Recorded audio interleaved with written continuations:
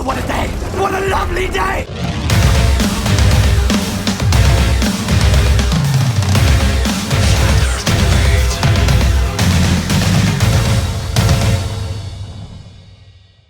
Welcome to Flat Earth Debate Live. I'm your host Nathan Oakley, and if you are new to this channel, or you've not done so already, then be sure to subscribe, hit the bell notification icon and join button if you'd like to become a Nathan Oakley 1980 channel member and keep up to date with the Flat Earth Debate.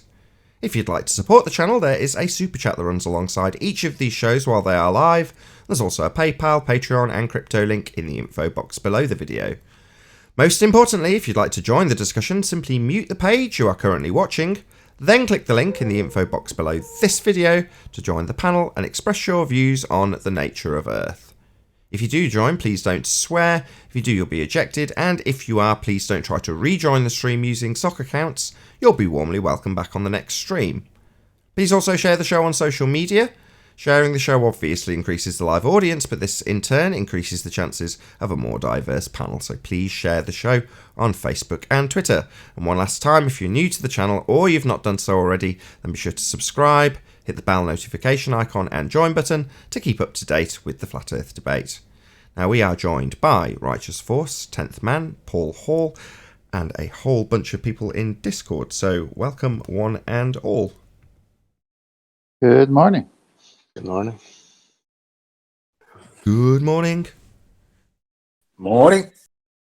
Today we're going to focus a little bit on the Black Swan in lieu of Ballbusters, which is going to go out on Saturday, 1 PM Central, 2 PM Eastern, 7 PM UK time, Saturday, so 2 days from now.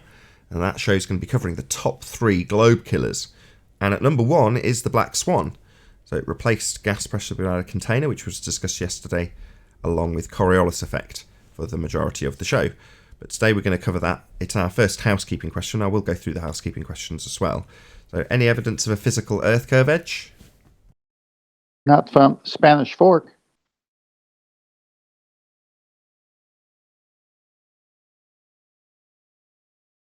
Don't all go at once. On the model, yes. In the model, right on. Yes, exactly. Any evidence of axial rotation? Nope, not on Earth. Any evidence of the distance to the sun? It's over there, but we don't know the know. distance. Gotta know what the sun What's is the first size of the sun? Size and of the how sun? it works. I don't know. The actual size. Yeah, give me the size of the sun, and we may derive the distance, but we don't know the size. Apparent sizes not only, unfortunately. Occasionally people will strawman us with the question of why does the not actual size of the sun not change its not actual size as it moves from its not actual position? Also known as why doesn't the angular size of the sun change throughout the day? Well, the angular size, also known as not actual size, is kind of irrelevant. The not actual size doesn't change in not actual size? Well, that's fascinating. Maybe if you hold up 2 different models, one of which you hold in false dichotomy with a strawman stereotyping fallacy, maybe you can burn that model based on what that sun does in that model. That's not something we do here. Regardless of any clips that people might find of me maybe 3 or 4 years ago talking about a flat earth model when I first came to this subject. Surprisingly, I didn't know about reification fallacy back then. Now, given that I've been on YouTube for 11 years, if you go back far enough, you might even find me talking about the globe. Shocker. I found out that wasn't correct. And I found out we don't live on a model, and that's pseudoscience. But there we go. Any scientific evidence of gravity? None whatsoever. Made up.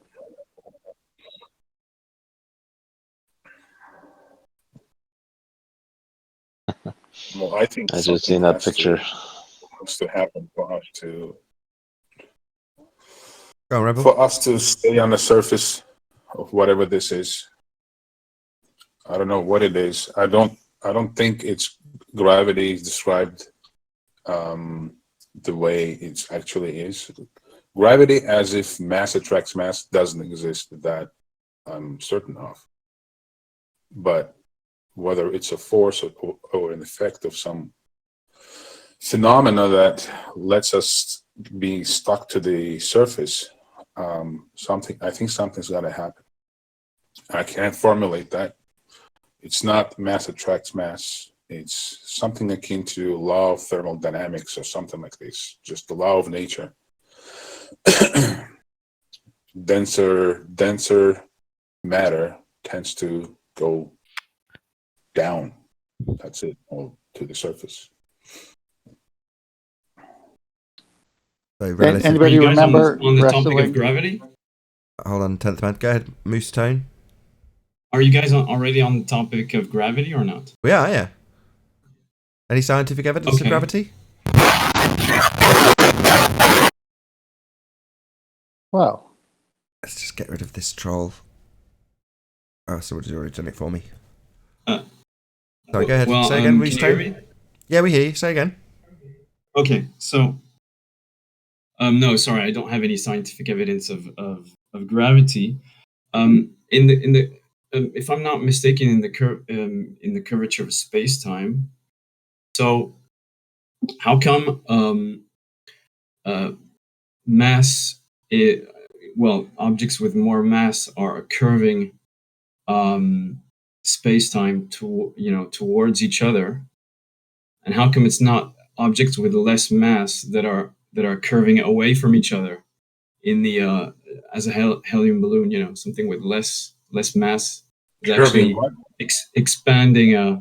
expanding space-time instead Good question. of Hold on. bending Who was it that? towards each Curving other. what? Space time? Curving. That would be conceptual. You can't curve concepts. Okay, fair enough. And second question, supposedly there's this buoyant force in their model, right?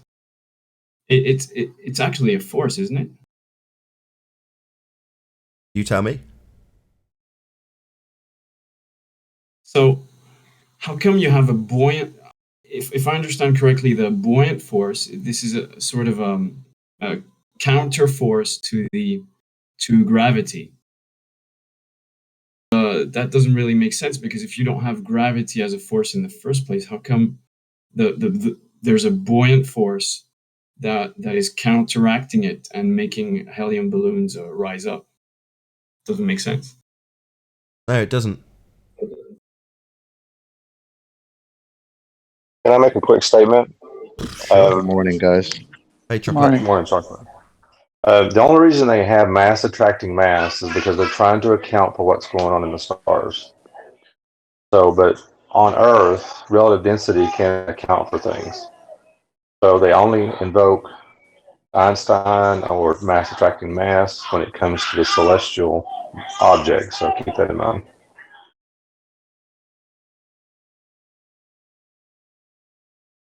Can Right. you expand on that?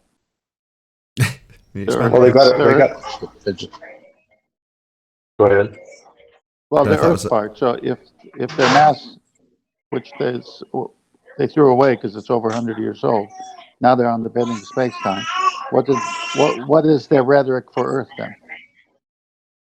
Well, that's what causes things to fall down, go boom, boom, is the bending of space-time. But the thing is that can be accounted for with relative density here on Earth. Why things go down towards the ground, or why things rise up towards the sky. But when they look at the celestial objects, they got to say, well, how does what's going on up there match what we see here? So they have to create this elaborate thing to account for why the moon goes around the Earth, or why the sun goes around, or the Earth goes around the sun. So they have to come up with some other mechanism to account for that. I think that's why that mass attracting mass, bending of space time is in their rhetoric, because they're trying to look at the stars, saying what's going on up there. Can we look down here to see what's going on up there? It's kind of reversing. You look up there to see what's going on down here. That's kind of what they're trying to do. It's kind of a mishmash. I know what you mean.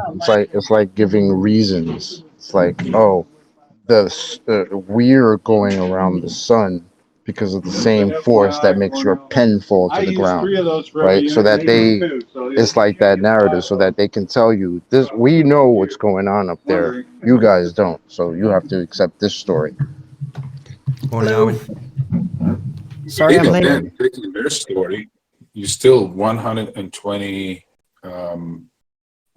power of, what do they say? Are you? What is it? 10 to the The biggest 10 error to the in cosmology? 128th power. There you go. It's Michio Kaku.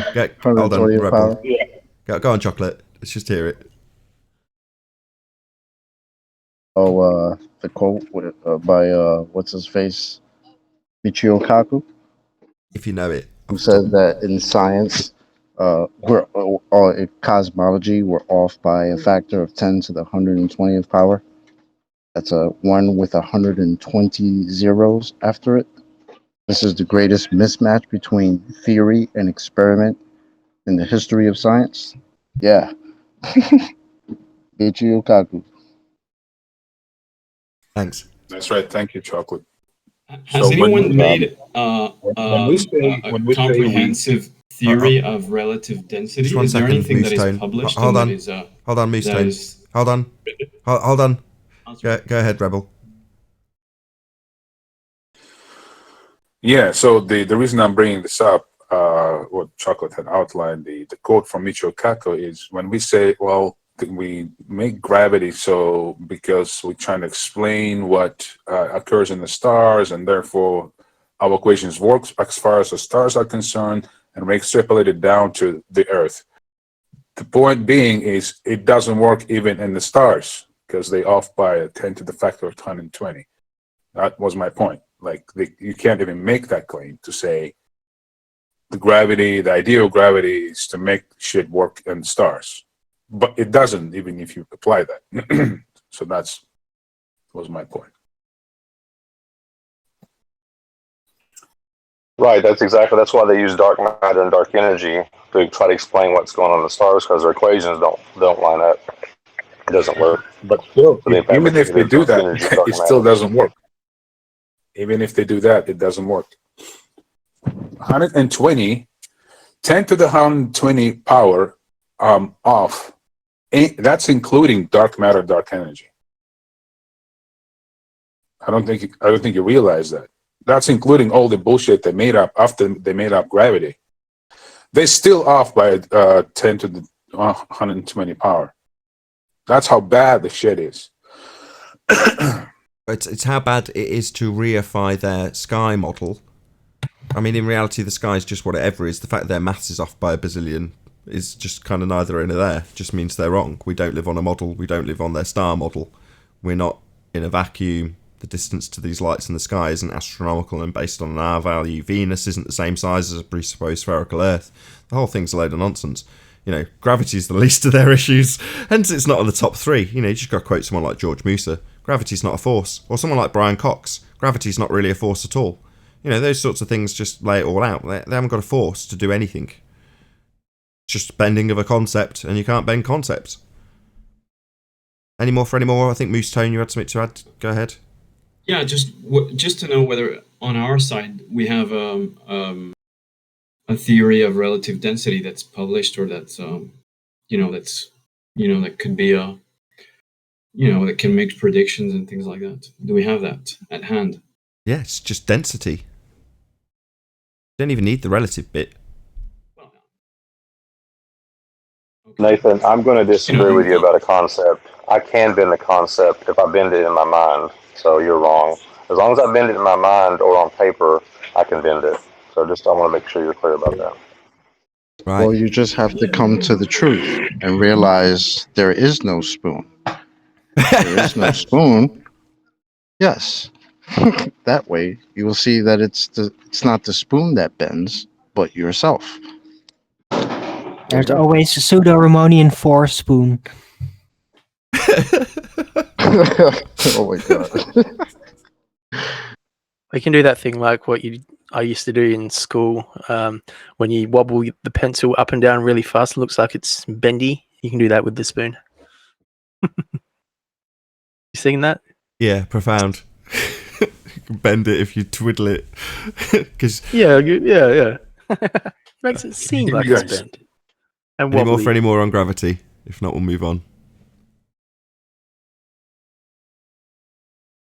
Hey guys, can you hear me? Mic check. Yeah, we still hear you, Rebel. Yeah. Okay, I had a network issue, so I'm glad I'm back. Okay, any single viable hypothesis from any of the fields of astronomy, cosmology, or astrophysics.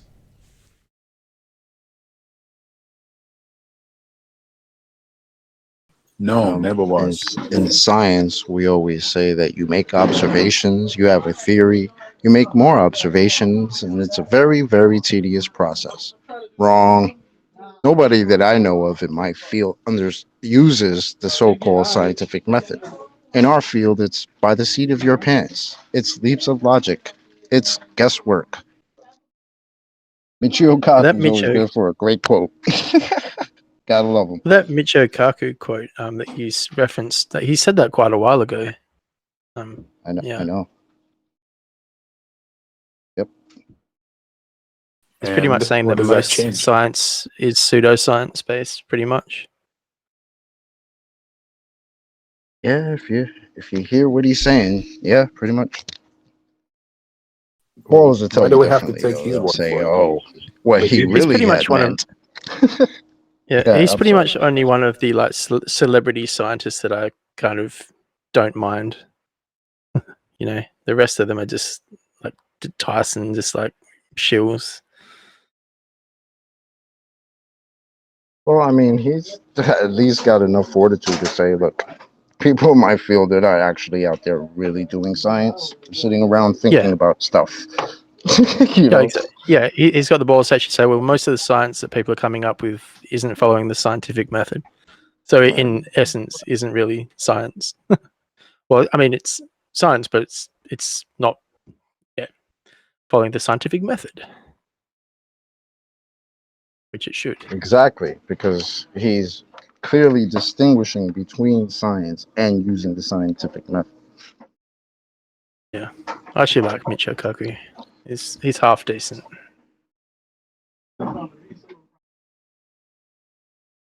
Any evidence of a self-perpetuating molten iron core at the centre of a presupposed spherical Earth? No. What about volcanoes? Yeah, they've got nothing to do with molten iron core, even in their own rhetoric. That's just a misunderstanding by fundamentalists. Maybe we should retire this question because nobody even tries to fight for the core. No Like, way. maybe we Doesn't could the lava actually. come up from the core, like the molten iron core? No.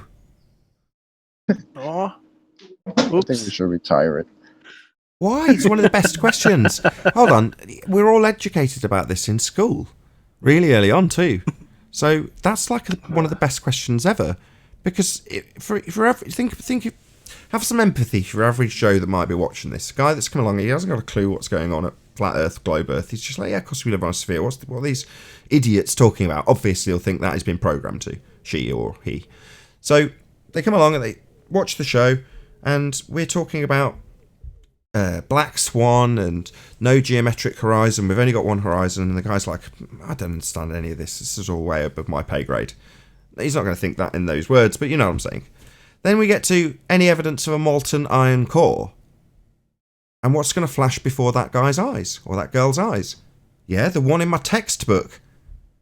And then when there's a stony silence because no one's got any evidence of it whatsoever, and once in a blue moon someone will come in and start talking about P waves bouncing off stuff, and we'll point out how wrong they are when they actually come to dig down, or the fact that they've only dug 8 miles. You know, that's as good as it gets for that evidence. And then you can maybe once in a blue moon talk about Thea.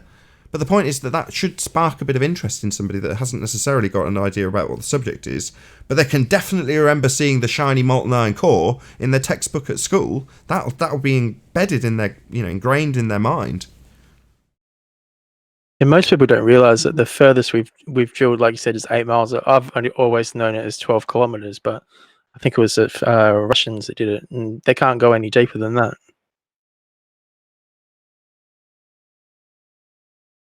So yeah, it's good having the questions because someone might only catch one show, and this could be the show that wakes them up. So having the questions makes perfect sense, in my opinion. Yeah, the hole to hell. I get you. I just feel bad for it because nobody ever argues for the core. I mean, when was the last time somebody came in to argue with us for the core? Okay, let's go I through don't- all I of don't them. remember. Hold on. When was the But, last I mean, time how somebody? how can they prove it anyway? It's if we were on a globe, you couldn't even prove it anyway. We couldn't have anything to get down that deep and prove it anyway. Am I wrong? I mean, Have you not seen the movie Core? They got down there. They actually detonated nuclear yeah, or weapons down there. journey to the center of the earth or something. Yeah. No. Yeah. Hello? Hold Hello, on. can It's great work anyone of hear me? fiction. but, Yes, we hear yeah. you, Arwin. Hold Yeah, on. Jesus. Yeah, We hear you. Yeah, I've just been ask your trying to question say again. something and then... Oh, We only just heard Arwin, Oh, can everyone yeah, shut up we for a haven't heard you. second? Hello, audio chaos. Can you repeat your question again, Mind Warped? It was a very good question. It got a joke as a response. Can you ask it again? What did I say?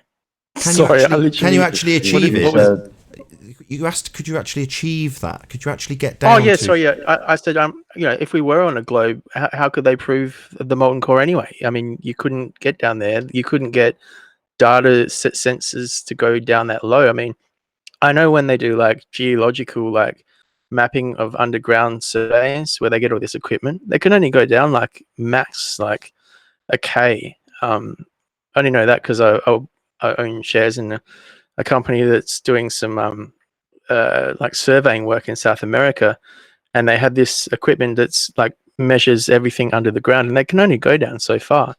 And then also we can only drill down so far. Even if we wanted to go down further, the drill tips, they just burn out. You can't get down. So how could you prove that even if we were on a globe, that there's a molten iron core? You couldn't.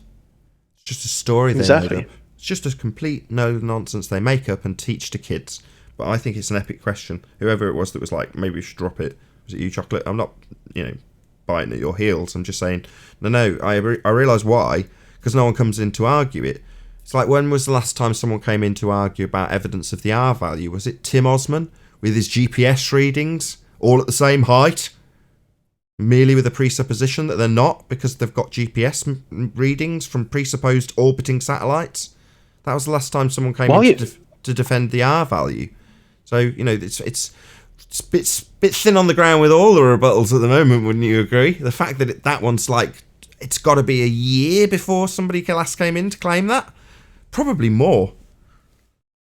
My theory that GPS systems are ground based, running off like cell towers, is starting to really set really hard in concrete for me, because since everyone's working from home and the bandwidth is going down, everyone's using their phones and everything. Our mobile phone data is just slow and ridiculously crap, and our home internet is slowed right down. And what I've been finding is when I'm driving around in my truck and trying to use my phone's map system that uses the GPS, it's not working.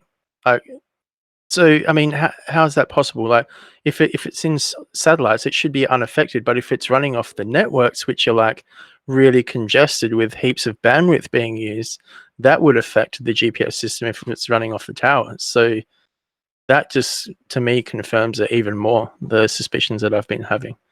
It literally doesn't work. I had to get out my road book map. I haven't used that in like years. But there's a much I had it in the quicker- back of my truck. I mean, luckily I could there's get a there. much more swift way of debunking the claim of global positioning system satellites. So those satellites are claimed to be in a region that doesn't exist. They're claimed to be in somewhere that violates the second law of thermodynamics. So the presupposition that they are falling around a sphere in a sky vacuum is a begging the question fallacy, the automatic assumption that things can orbit, fall around a spherical surface, and also a violation of the second law of thermodynamics. You can't have satellites in a sky vacuum. So you just debunk it by saying, where are those satellites? That's the question you actually have to ask. When someone says, we've got GPS satellites, where are they exactly? In space? Right. No, they're not. Everything that's claimed to be from space is automatically deemed bunk. You can't have gas pressure without a container. And the sky, a vacuum, is apparently the point where we've got no air, no pressure. Well, we've got pressure here. We're a pressurized system, so it must be contained to be pressurized. Otherwise, we wouldn't have any gas pressure. The gas we breathe would fill the space.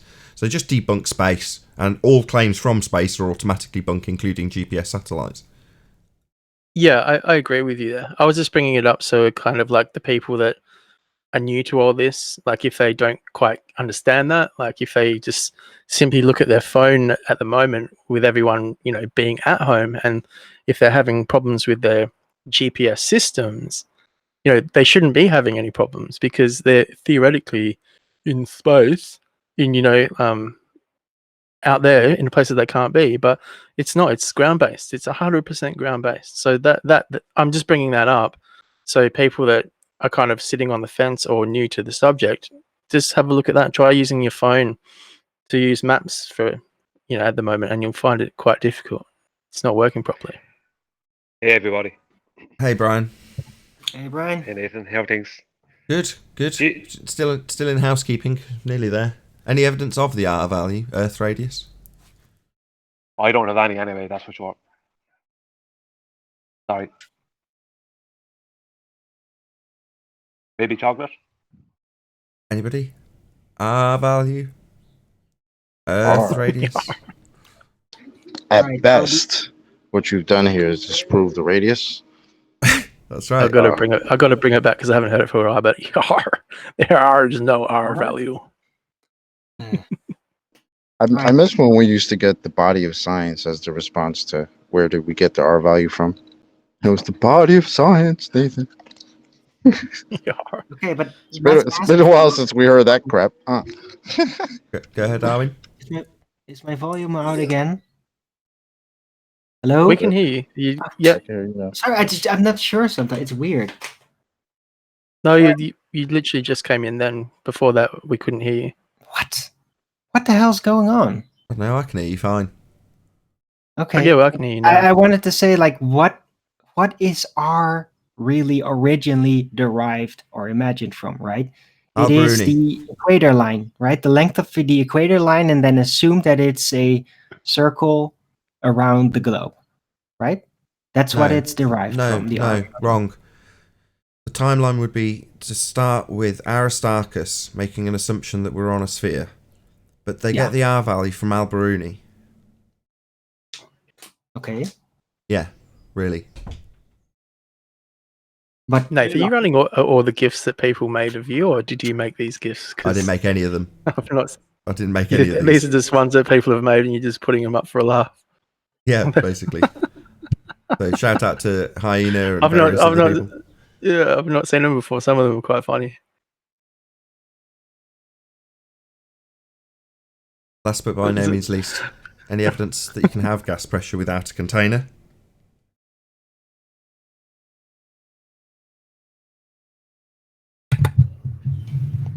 well, not in the real world. No evidence. I'll go get my crickets. But in pseudo-Ramonian force space, I could think of a way. Pseudo? What does pseudo mean, Arwin? Not real? Fake, sham.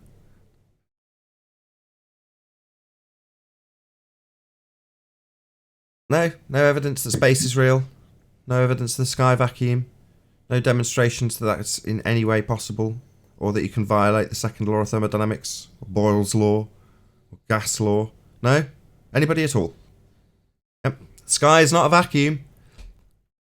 Well, unless the V in the PV equals nRT means an open sky, then no. Well, you tell me, what is the V in PV equals nRT? It's volume. Volume of what? A container. Oh, wow. So necessary antecedent then? Yes. Do you know what the answer is, Nathan? What, is there any What's this? evidence Hang that on. you can have gas pressure without a container? What's the answer? No, it would be a violation of a natural law. That's the answer. That's this thing. Go on, whoever that was. I've got the crickets. It's cricket. I love it. Any evidence? Crickets. Sorry. Right, no, you're right. My answer is to declare why there wouldn't be any answer, and your answer is just the crickets of the lack of answer. Yeah. Gotcha. Yeah.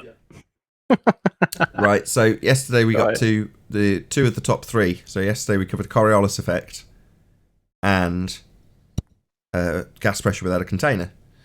So today we're going to cover the Black Swan, and the reason is because we're warming up for the Bullbusters, which is on Saturday. So let me get this right: 2 p.m. Central, 1 p.m. Eastern, 7 p.m. UK. Bullbusters, be here or be sphere on the Quantum Eraser YouTube channel, live on Saturday.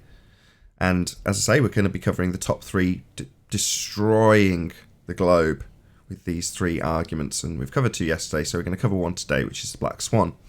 Now, I do pretty much daily searches for rebuttals on the Black Swan. Now, they've kind of died off with Corona, which isn't surprising. Unfortunate, obviously disappointing, but nevertheless, I still do the searches. And yesterday, happy joy, plan a walk. A little bit salty about me responding to his video where he just said that he didn't really need to debunk the Black Swan because it was so dead already, but I'll do it anyway. Declared that it was a refracted horizon, destroying his own model. And obviously I picked up on that, did a response video, and then several weeks later he's responded with a bit of salt, 18 minutes of ad hominem, and his further declaration that we do not see the geometric horizon. In fact, according to him, no one's ever claiming we see geometry. So I just brought up a few Earth curve calculators for him and showed him what Walter Bislin's claiming. That would be a physical, visible, geometric sphere edge for a horizon. And he even shows how much we can qualify the obstruction based on how much of that physical horizon we see in his calculator. Yeah, we've been doing this for quite a while, Plan a Walk. I also showed Mick West's calculator. X marks the spot marked with the horizon, given to him by the standard model R value, debunked by the Black Swan. Definitely claiming physicality. That's the whole point of the model, to claim we're standing on a physical sphere with physical sphere geometry. But according to Plan a Walk, he needs to let Mick West know that we do not see a geometric horizon. Yeah, you've been claiming that as the proof of Earth's sphericity for quite some time, and it's been debunked by the Black Swan, and it's because we only have one horizon. It's the demarcation point between Earth and sky, apparent because it's not an actual location. The sky doesn't actually meet the ground, but it's definitely a visible location. It's the visible point that the sky meets the ground. All horizons are apparent, and we only have one. The one horizon in their model, marked with an X labelled horizon, is geometric. It's also defined by National Geographic, a subject matter expert, who make it quite plain. The visible boundary between Earth and sky. The geometrical horizon. Now, it's definitely claimed to be visible, claimed to be obscuring things, and marked with an X labelled horizon in their model based on R, and has definitely been debunked by the Black Swan.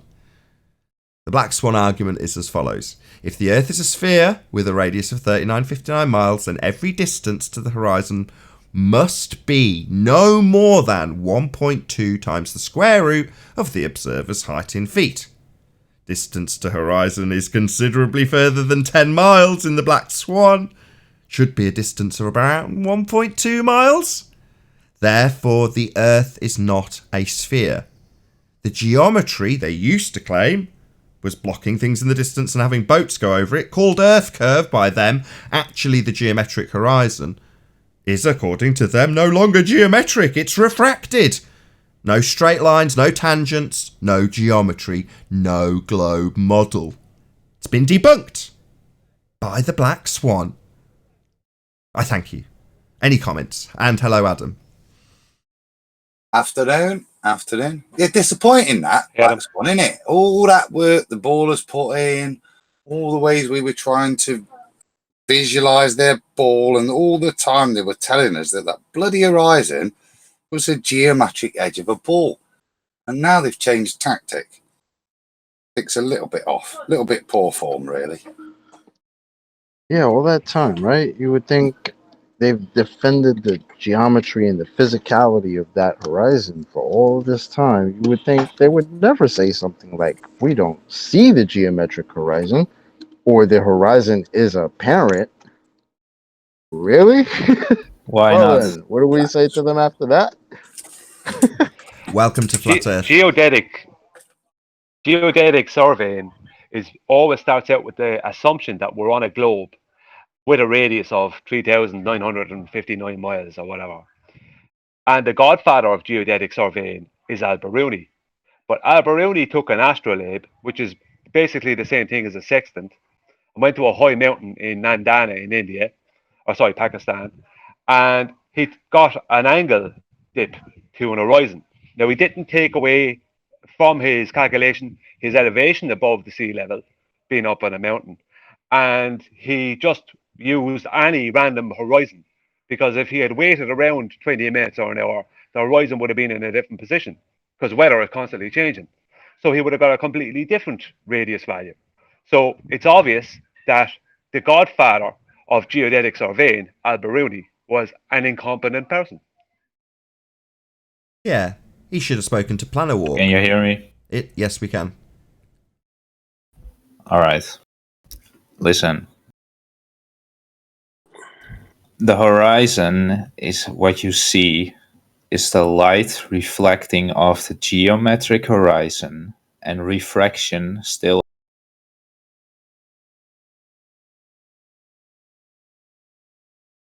Go on. Or was that it? Was that it? Hello? Just get a good story started. That's. Is that it? Leave us hanging, why don't you? Bloody hell. Okay, just got a couple of questions, Fred. So you're saying the horizon we see, the visible horizon, the apparent horizon, if you will, is refracted off the geometric horizon, a second horizon, one we don't see, the geometric horizon. So the geometric horizon and the second horizon that's an apparent horizon that we see. Is that correct? What I said was the horizon we see with our eyes or camera or whatever is light reflecting off the geometric horizon, and refraction still happens. Okay, refraction. Yeah, light deviating from straight. Yes. So you're saying that the horizon we see is light that's deviated from straight and isn't the geometric horizon. It's just light that's based on that geometric horizon, giving you a second position, which is a non-geometric refracted horizon. So two horizons, one geometric and one refracted. So far, am I correct in summary of your position? Two horizons. There's what we see, and that's the light being reflected of something that exists, and okay, it goes through refraction. So yeah, number one, yeah, the one we see, one horizon that we see, that would be a refracted one, yeah, and that's based on what? The second geometric one, right? That's not what I said. Well, where's this geometric horizon then? If the one we're seeing's got refracted light from it, it's not geometric. We're not drawing tangents to it. It's definitely not a geometric horizon, mate. So we don't have a geometric horizon. Yeah, I'm just responding and rebutting what you've said so far, because you're just repeating yourself. So yeah, this position that's refracted, but you said, yeah, that means shut up. You've repeated yourself twice. I heard your claim. A position that is refracted, light travelling to our eyes or camera. I heard. Well, if that position is refracted, the light's deviated from straight, it's definitely not a geometric position then. And you're saying, but it's based upon the light bouncing off a geometric position somewhere else that we don't see, a second horizon.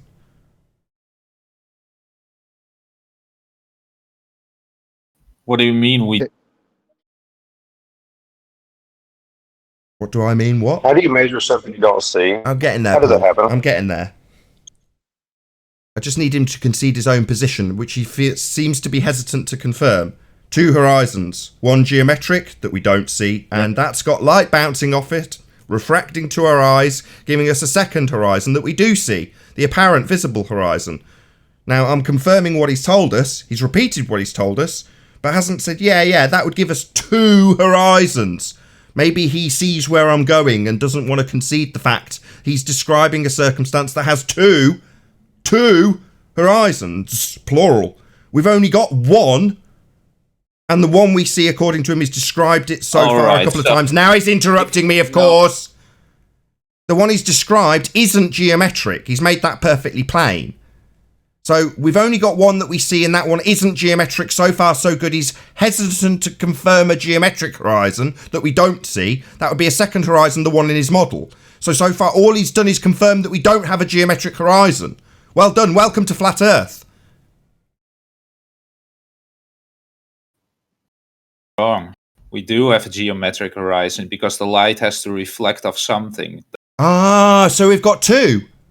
One that the light's reflected off, that would be a geometric one.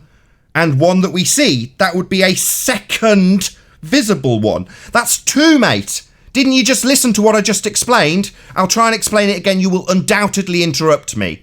We only have one horizon. The horizon in your model, based on an R value, claiming physical proof of the sphere you say is beneath our feet. That horizon is geometric, and it's not the one, singular, horizon we see. So we don't see the, singular, geometric horizon your model's based on. Do you understand?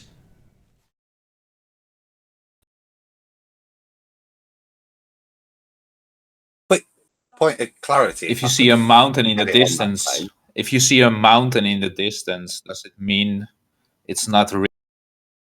I'm sorry, is this what? Sorry, I'll just reply. The light is refracted, so it's not real. Sorry, were you asking and answering this question? If I see a mountain, is that not refracted? My bad. What mountain debate? Sorry, did you lose your way? Did you not see the sign above the door with the word Earth in there? We're not debating about what mountains are doing. We're debating the nature of our reality. You think that's sphere-shaped based on... You don't need to talk, mate. Just pulling apart your straw man argument that you've just put up there. Do you mind? Yeah, it's not mountain debate. I wasn't talking. Yeah, I don't care. You are talking to tell me you're not talking, though, aren't you, dipshit? It's not what mountain debate. Earth is what we're talking about. Your Earth's got a geometric R value giving you a physical geometric sphere edge for a horizon marked with an X, labelled horizon in your geometric model used to claim proof of a physical sphere-shaped geometry. Now, we don't have that. You're saying, oh, well, light's bouncing off something. What, a second horizon? We don't have two horizons. So I've pummeled your argument using the Black Swan. We don't have two horizons. Now, the one we see, refracted, isn't geometric, isn't the one in your model.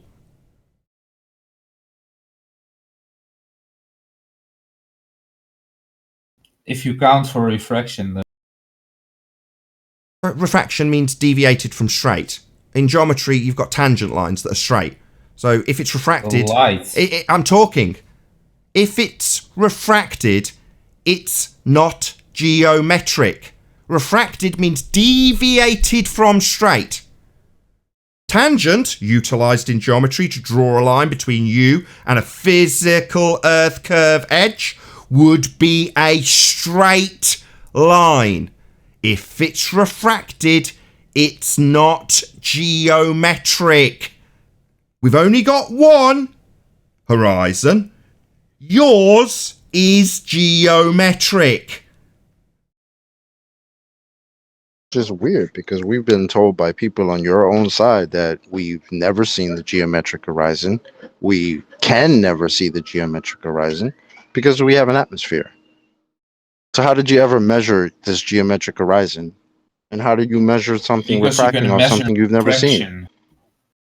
It's all right. The guy who's talking to us doesn't like hearing the ends of questions. He's decided he's got something to say, and he's clearly just waiting for his opportunity to talk through you at the end of your summary of your question, Chocolate. So obviously we didn't get to hear the concise summary of your question. This guy's already been smashed, but seems to think, like Kosho was, thinking that we're on bated breath for you, mate. No, we're not. We've pummeled your utter nonsense. We're not waiting for you to interrupt another panel member that understands we've only got one horizon. While you're telling us that we've got two, one's refracted off the other. No, mate, we've only got one. If we can't see it, it's not a horizon. Your model's still got one with an X labelled horizon and geometric though. It's just not the horizon we see. We don't need to hear anything more from you about what mountain debate. Sod off to the debate about the mountains, mate. You're in the wrong place. Shut up. Go ahead, You Chocolate. see it, but it's a refracted. Doesn't this dipshit understand when I'm basically telling him to sit down and shut up? Chocolate asked something, you interrupted. I'm telling you off for doing so because we're not desperate to hear any more from you, because you've demonstrated your stupidity with a declaration of two horizons. One we don't see isn't a horizon then. A horizon's a visible demarcation point. So your stupid declaration we don't see something that's apparently a horizon, only in existence in your model, is your demonstration of stupidity. From here on, we don't care what you've got to say. I want to hear Chocolate, on the other hand, summarise the point with his question. I don't want to hear you interrupting him. Is that clear? Don't need a reply, it's rhetorical. Shut up. Go ahead, Chocolate. Yeah, I just wanted to reiterate how, from your own side, we've heard that we have never seen the geometric horizon. It is not possible to see the geometric horizon due to us having an atmosphere. So my question is, how could you measure something that you've never seen, and how could you measure something refracting off something that you've never seen? How is that possible?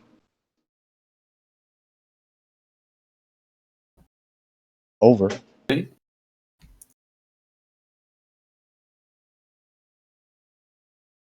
If no one's All going to right, answer, so can I? you can count for refraction, and then you calculate based on how refraction works, and then you can see the refraction you're seeing, you calculate back to what it's supposed to be. Then you can measure.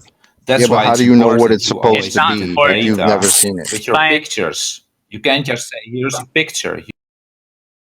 Sorry, Sounding like a requirement to presume a ball. Yeah, it Yeah, is. how do you know what it's supposed to be if you've never actually seen it? How did Because you you can measure it to get calculate to for it. establish the where it's supposed to be? You can calculate for refraction, and then you get. That's why you need the data with the pictures. You can't just have a picture and say this proves it, because you don't have the data for the refraction. Oh, really? It's interesting you should say that, because we've spent 3 years in debate with people presenting pictures and telling us that the refraction values arbitrarily assigned in their mathematics, utilising an R value and a geometric horizon, will tell them without any measurement of refraction whatsoever just how much that physical Earth curve edge, also known as the geometric horizon we're told we don't see, blocks things in the distance. They'll also fudge the figures with refraction. You're saying we'd need refraction values measured? Wow, that's an interesting point of view. We do see the geometric horizon, but it's refracted, so the vision... Sorry, geometric means you've got a tangent line to it, you dipshit. That's a contradiction in terms. Another idiot assertion they've got to tell him off about. If you can see a geometric horizon but it's refracted, that means you don't have a straight line to it. Deviated from straight, that's refracted. Tangent means straight. So that's a contradiction in terms. No, it isn't, because you can calculate the You can calculate where the geometric horizon will be with a refracted line. Geometric means you've got a straight line to a physical geometric sphere edge. That's what geometry is. Refracted lines aren't straight. So no, you cannot. It's a contradiction in terms. No, it's not, because it's a distorted image of the geometric horizon. What geometric horizon? We can't see it. Yeah, everything Then you're what saying is is a light contradiction, bro. The horizon is described as something you would see, right? The apparent position where the sky meets the ground. Apparent meaning you would see it. So if you can't see it, it's not an horizon. It's not a horizon. Do you get that? Geometric or not, whatever you want to call it, you can't call it a horizon if you can't see it. I don't understand how you don't understand that. Light is reflected, refracted, and we So do not see the light, straight. and it's He does. This guy's going round in circles. Mate, do you know what a tangent line is? If you're doing geometry, you're drawing a tangent line to a physical sphere edge horizon. That's what geometry is. Drawing a straight line, that's called a tangent. The point that you meet with that straight line is the tangent point. Now that's a straight line to a physical Earth curve edge, formerly known as Earth curve or the geometric horizon. Now that's a straight line. Do you understand that a tangent is straight? Yes, if it was So in a stop. vacuum. Good. So you understand that to do geometry, you're going to draw a straight line to a tangent point. So not... Mate! Why is it that these zealot assholes think that while I'm handing them their ass, they need to talk through me? Is it your only defence? It's prolonged silences when we ask you a pertinent question. But getting the question out means you've got to talk through me, does it, dipshit? No. They Not always at all. just go out on a tangent. So you appreciate that a tangent's a straight line. That's what you require to do geometry. Now, do you also appreciate that refracted light has, by definition, deviated from straight, not straight? That's why you need to calculate for refraction. Calculate for... What do you mean calculate for refraction? That's You're why trying to do... Guys on the panel, who is it that keeps interrupting me on the panel? Who is it?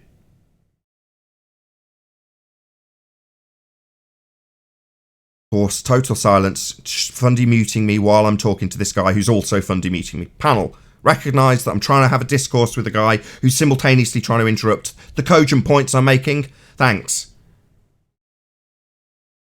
You don't have a straight line if it's refracted. It's a contradiction in terms.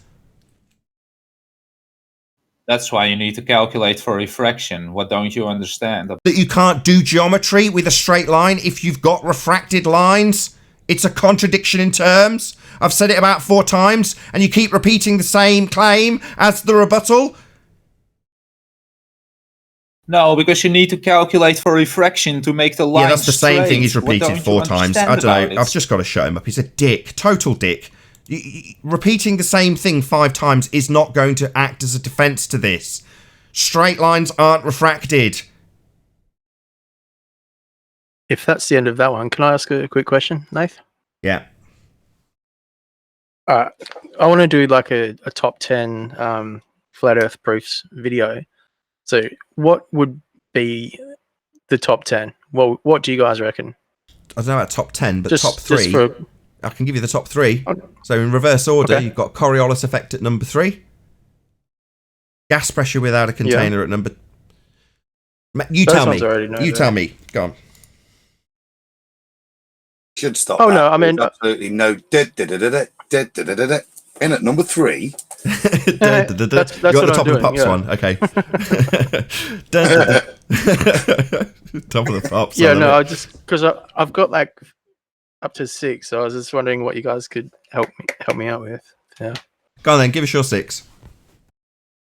No.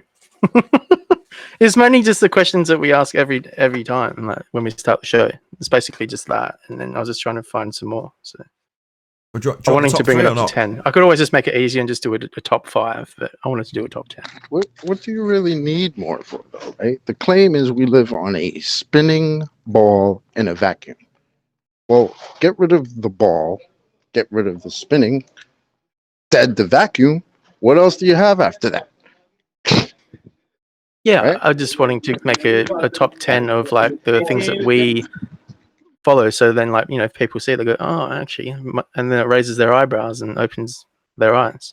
I mean, we've got 8 housekeeping questions, but in terms of top 3 globe killers, it is, like Chocolate just explained, if you've got a spinning ball flying through a vacuum and you debunk spinning, Coriolis effect, you debunk it being in a vacuum, gas pressure without a container, and you debunk it being a ball, Black Swan, you've got nothing left.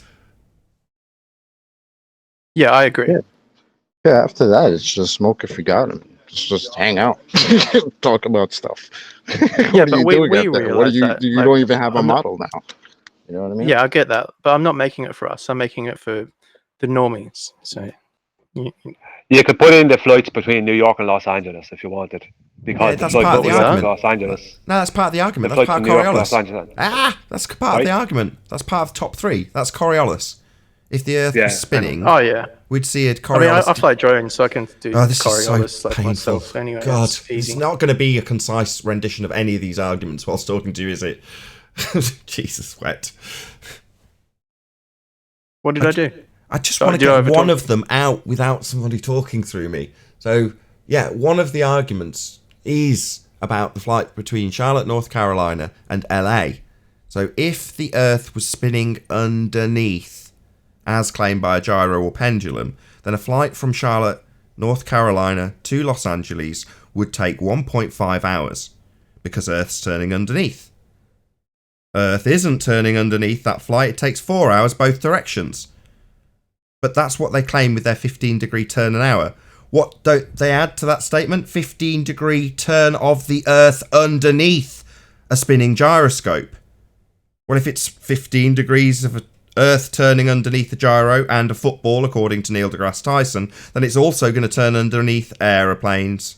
It's going to turn underneath drones. It's going to turn underneath anything that leaves the reference frame, including that flight from Charlotte, North Carolina to LA, reducing the flight time massively. Well, you could apply that here in Australia, flying from Perth to, say, I don't know, Melbourne or Sydney. Like the flight from Perth to the eastern states is quicker than going from the eastern states to Perth. But most people will equate that to Coriolis, but it's not. It's because we have the roaring 40s that come down from the southern tip of Africa and then it's come across the Indian Ocean and across to Australia and go in that direction. So that's nothing to do with Coriolis. Yeah, that's why I said New York to Los Angeles and Los Angeles to New York, because the flights from Los Angeles to New York, the flights from Los Angeles to New York is actually shorter than New York to Los Angeles, and it should be the other way around. So less affected by winds and stuff like that. So, no, New York to Los Angeles should be shorter if we were on a spinning globe, because New York is east and Los Angeles is west, so west is coming to east. But Los Angeles to New York is a shorter flight. So that's why I was saying you could throw that in there. That is a black swan of flights, if you want to talk about out rotation. Like. I mean, that might be true. Can we add to the black swan? Go on. When you think of the black swan, you think of the horizon at a visible distance, right? Yeah. So, do we ever see in a curve? And if so, if there's a curve, what distance does the curve do you visibly see? But that's what it is. 1.2 times the square root of the observer's height in feet. That is the black swan argument. It's based on. Are they saying your vision is curving, like your vision itself, or they say what are they saying it curves from? Refraction. They're saying Earth curve, the physical geometric sphere edge horizon, Earth curve is at 1.2 at a visible. Jesus H. Christ. With that, I'll say a huge, massive, enormous thank you to all of you who did tune in live on the Nathan Oakley 1980 premiering stream. Stay tuned if you're watching on the Nathan Oakley premiering stream, my bad, as there will be an after show to follow. A massive thanks to both today's Discord and G Plus panels for making today's live show possible. Be sure to check out nathanoakley.com and the Flat Earth Debate Forum to keep up to date with the community debate. Once again, stay tuned if you're watching on the Nathan Oakley premiering stream as the after show begins now. I've been Nathan Oakley and I'll see you all in the next video. Oh, what a day! What a lovely day!